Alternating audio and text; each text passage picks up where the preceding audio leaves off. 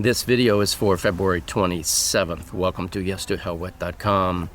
This series is about legal fictions, and once you understand this legal mechanism, it will become clear why creating a statement of understanding is important.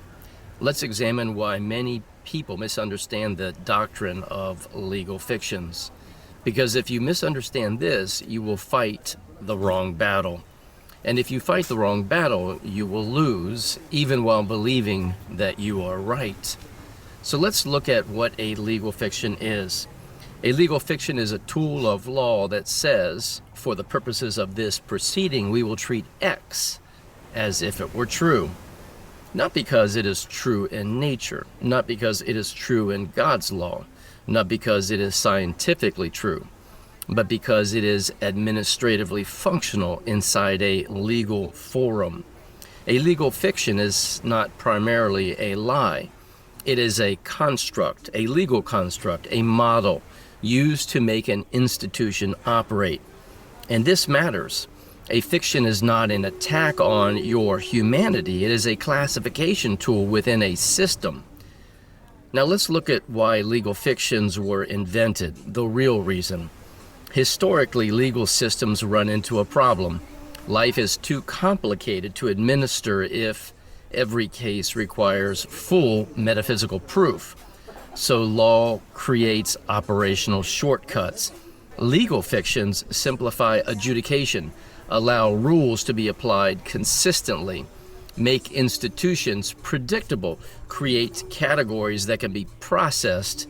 Without fictions, modern administration collapses. Now here's the Liberty Dialogue's point.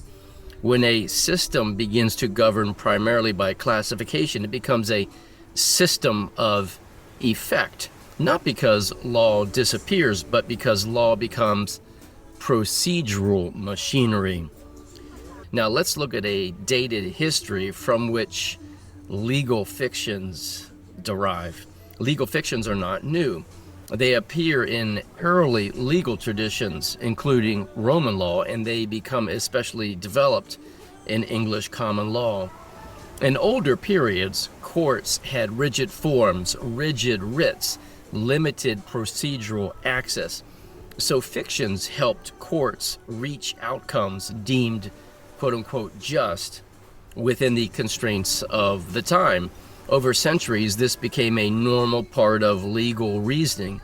So when someone says, this is new, this is a scam, no, it's quite old and it's quite foundational. And that's why it's powerful, and that's why we need to understand it. Let's look at examples that people accept, but they don't realize in the legal fiction sense. Legal fictions that almost everyone accepts without thinking are corporations. They are treated as persons for rights and duties.